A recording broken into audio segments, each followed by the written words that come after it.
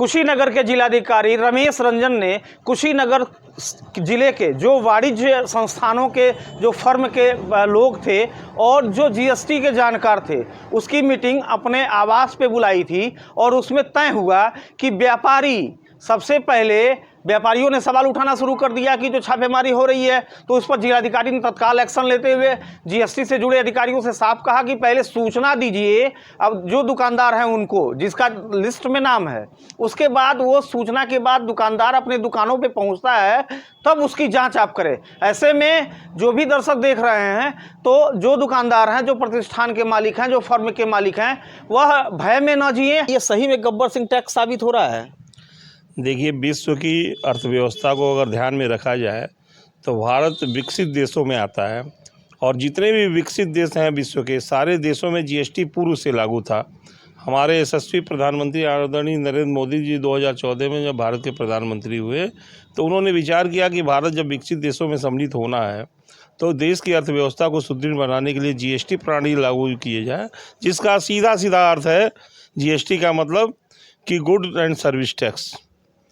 उसमें ये state wise कोई भी टैक्स नहीं रहेगा। पहले क्या था कि बिहार में कुछ एग्जाम्पशन होता था, यूपी में टैक्स लगता था, तो बहुत ज़्यादा करापौंचर के मामले चलते थे, बहुत ज़्यादा वो आपका लूट खसोट चलता था।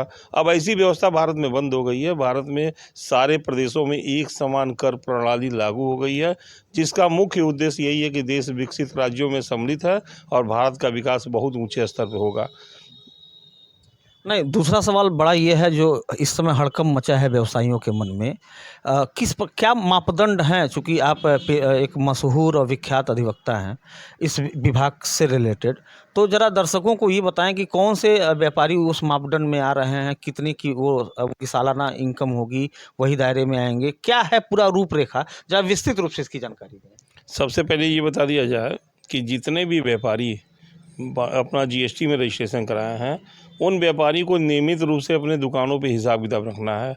अब जहाँ तक बहुत बृहद हिसाब किताब के बारे में है तो वो बृहद हिसाब किताब उन्हें नहीं रखना है, लेकिन जो प्रारंभिक हिसाब किताब होते हैं, जैसे कि जो माल खरीद के ला रहे हैं उसका इनवॉइस, वो इनवॉइस जो माल खरीद के मैन्युफैक्चरर से लाते हैं, होलसेलर से लाते हैं, वो इनवॉइस उनको प्राप्त होता है। जो रास्ते के लिए ट्रांजिट पेपर होता है, माल अगर गोरखपुर से, दिल्ली से, लखनऊ से आता है तो वो पेपर उनके साथ रहेगा, तो उन्हें कोई नहीं पूछेगा, कोई परेशान नहीं करेगा, कोई उत्पीड़न नहीं करेगा।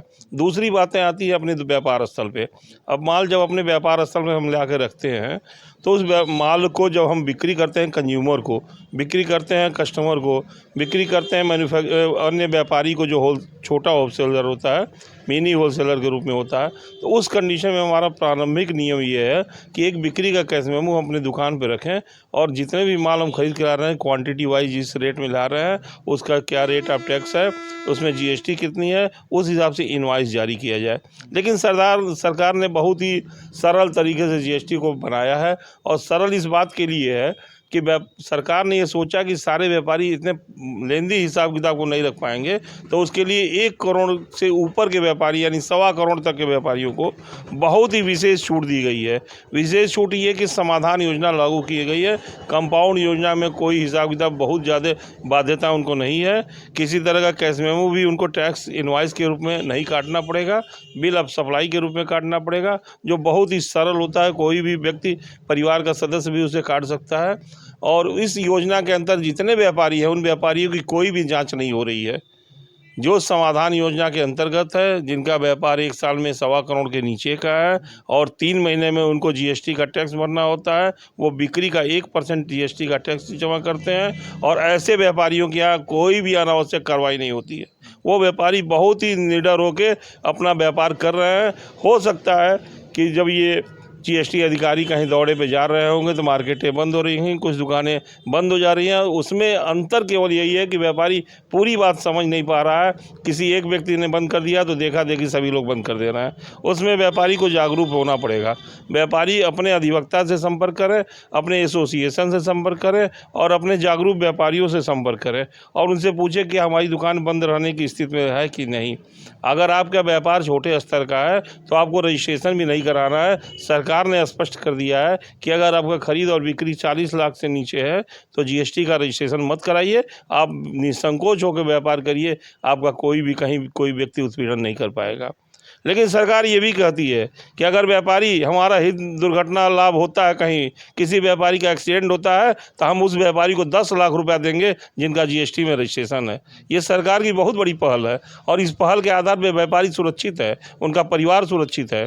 इस नाते जीएसटी के लाभ बहुत हैं और जीएसटी के रजिस्ट्रेशन अगर कुछ व्यापारी जो समझदार हैं कराए हुए हैं तो उन निश्चित रूप से उनको बहुत ही लाभ मिल रहा है और एक नंबर से उनका बिल भी आ रहा है। और एक बात और भी सत्य है कि कोई भी भारत की व्यवस्था या किसी भी देश या प्रदेश का विकास करदाताओं के ऊपर निर्भर होता है।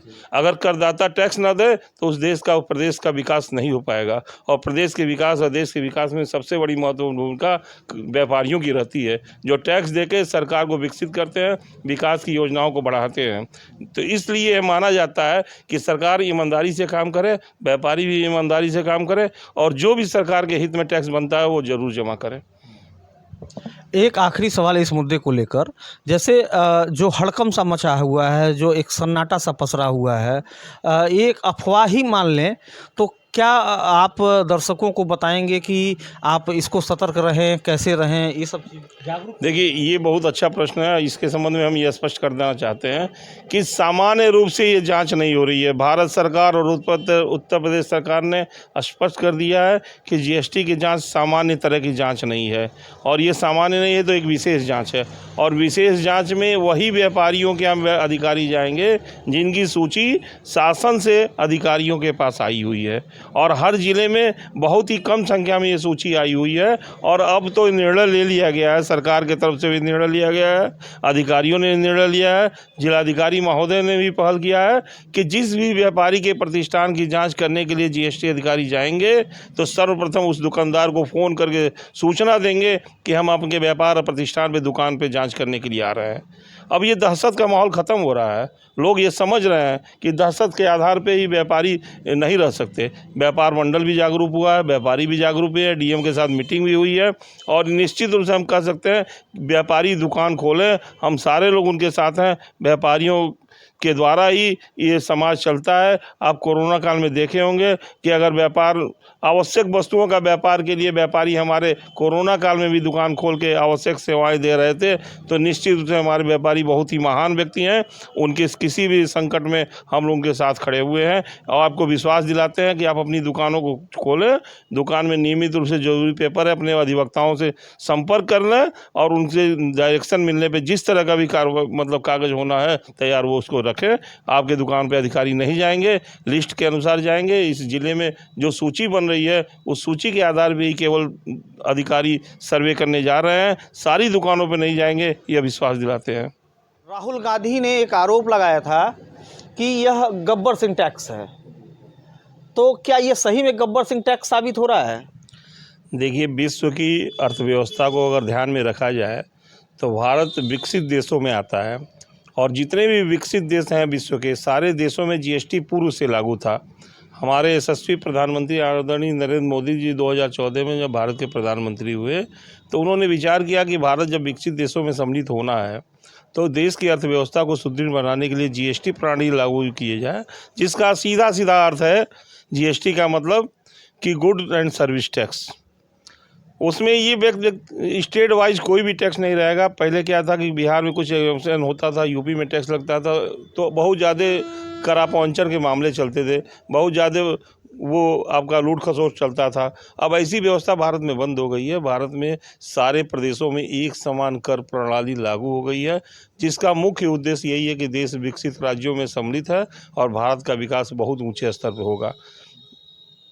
नहीं, दूसरा सवाल बड़ा ये है जो इस समय हड़कंप मचा है व्यवसायियों के मन में, क्या मापदंड हैं? चूँकि आप एक मशहूर और विख्यात अधिवक्ता हैं इस विभाग से रिलेटेड, तो ज़रा दर्शकों को ये बताएं कि कौन से व्यापारी उस मापदंड में आ रहे हैं, कितने की वो उनकी सालाना इनकम होगी, वही दायरे में आएंगे, क्या है पूरा रूपरेखा, जरा विस्तृत रूप से इसकी जानकारी दें। सबसे पहले ये बता दिया जाए कि जितने भी व्यापारी अपना जीएसटी में रजिस्ट्रेशन कराए हैं उन व्यापारी को नियमित रूप से अपने दुकानों पे हिसाब किताब रखना है। अब जहाँ तक बहुत बृहद हिसाब किताब के बारे में है तो वो बृहद हिसाब किताब उन्हें नहीं रखना है, लेकिन जो प्रारंभिक हिसाब किताब होते हैं, जैसे कि जो माल खरीद के ला रहे हैं उसका इनवॉइस, वो इनवॉइस जो माल खरीद के मैन्युफैक्चरर से लाते हैं, होलसेलर से लाते हैं, वो इनवॉइस उनको प्राप्त होता है। जो रास्ते के लिए ट्रांजिट पेपर होता है, माल अगर गोरखपुर से, दिल्ली से, लखनऊ से आता है तो वो पेपर उनके साथ रहेगा, तो उन्हें कोई नहीं पूछेगा, कोई परेशान नहीं करेगा, कोई उत्पीड़न नहीं करेगा। दूसरी बातें आती है अपने व्यापार स्थल पे।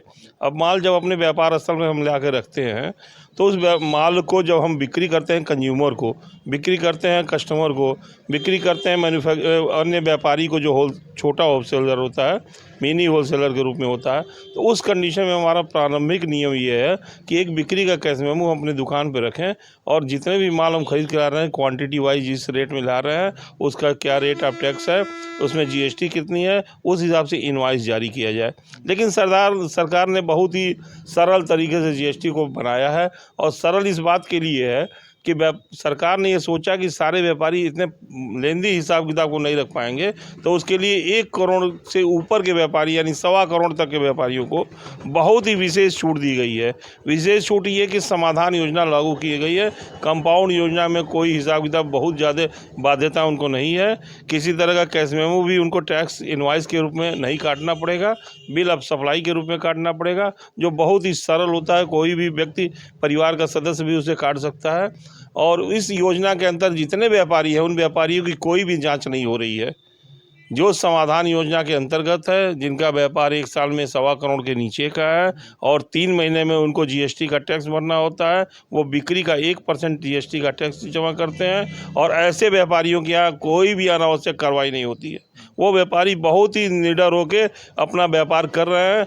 हो सकता है कि जब ये जीएसटी अधिकारी कहीं दौरे पे जा रहे होंगे तो मार्केटें बंद हो रही हैं, कुछ दुकानें बंद हो जा रही हैं। उसमें अंतर केवल यही है कि व्यापारी पूरी बात समझ नहीं पा रहा है।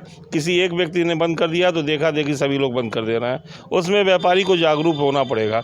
व्यापारी अपने अधिवक्ता से संपर्क करें, अपने एसोसिएशन से संपर्क करें और अपने जागरूक व्यापारियों से संपर्क करें और उनसे पूछें कि हमारी दुकान बंद रहने की स्थिति में है कि नहीं।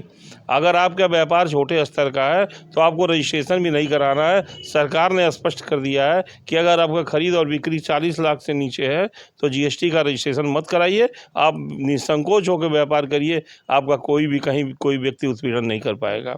लेकिन सरकार ये भी कहती है कि अगर व्यापारी, हमारा हित दुर्घटना लाभ होता है, कहीं किसी व्यापारी का एक्सीडेंट होता है तो हम उस व्यापारी को 10 लाख रुपया देंगे जिनका जीएसटी में रजिस्ट्रेशन है। ये सरकार की बहुत बड़ी पहल है और इस पहल के आधार पर व्यापारी सुरक्षित है, उनका परिवार सुरक्षित है। इस नाते जीएसटी के लाभ बहुत हैं और जीएसटी के रजिस्ट्रेशन अगर कुछ व्यापारी जो समझदार हैं कराए हुए हैं तो उन निश्चित रूप से उनको बहुत ही लाभ मिल रहा है और 1 नंबर से उनका बिल भी आ रहा है। और एक बात और भी सत्य है कि कोई भी भारत की व्यवस्था या किसी भी देश या प्रदेश का विकास करदाताओं के ऊपर निर्भर होता है। अगर करदाता टैक्स ना दे तो उस देश का, प्रदेश का विकास नहीं हो पाएगा। और प्रदेश के विकास और देश के विकास में सबसे बड़ी महत्वपूर्ण भूमिका व्यापारियों की रहती है, जो टैक्स देके सरकार को विकसित करते हैं, विकास की योजनाओं को बढ़ाते हैं। तो इसलिए माना जाता है कि सरकार ईमानदारी से काम करे, व्यापारी भी ईमानदारी से काम करे और जो भी सरकार के हित में टैक्स बनता है वो जरूर जमा करें। एक आखिरी सवाल इस मुद्दे को लेकर, जैसे जो हड़कंप सा मचा हुआ है, जो एक सन्नाटा सा पसरा हुआ है, एक अफवाह ही मान लें, तो क्या आप दर्शकों को बताएंगे कि आप इसको सतर्क रहें, कैसे रहें, ये सब चीज़ जागरूक? देखिए, ये बहुत अच्छा प्रश्न है। इसके संबंध में हम ये स्पष्ट कर देना चाहते हैं कि सामान्य रूप से ये जांच नहीं हो रही है। भारत सरकार और उत्तर प्रदेश सरकार ने स्पष्ट कर दिया है कि जीएसटी की जांच सामान्य तरह की जांच नहीं है और ये सामान्य नहीं है तो एक विशेष जांच है।